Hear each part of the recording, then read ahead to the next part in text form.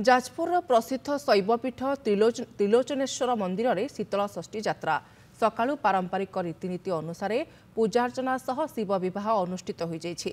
पूर्वाह्न महारुद्राभिषेक होमयज्ञ पर संध्यारे पारंपरिक रीति विवाह उत्सव होता। सत्यप्रकाश दास कन्या पिता और नम्रता मिश्र कन्या माता होता बेले जनार्दन दीक्षित बरपिता और प्रियदर्शिनी दीक्षित बर माता होते। महादेव को दर्शन करने सह बरजात्री जोगदे विवाह उत्सव में सामिल होते श्रद्धालु। मंदिर कमिटी पक्षर श्रृंखलित दर्शन सह प्रसाद सेवनर व्यवस्था करा जायतिला। 1986 एठारे शीतल षष्ठी अनुष्ठित हो आसुछि।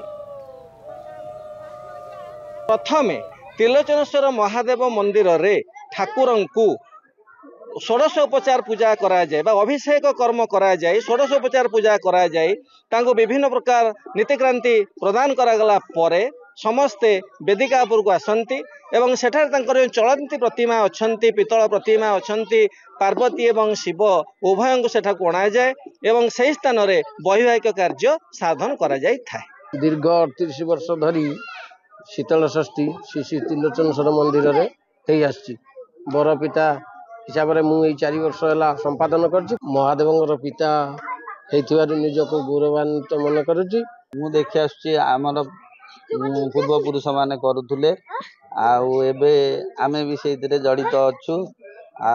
ये पार्वती शिव पार्वती बाहागर देखिले पूर्वर कही आम पितृपुरुष माने कि मनमानसा लोकंर पूर्ण हुए।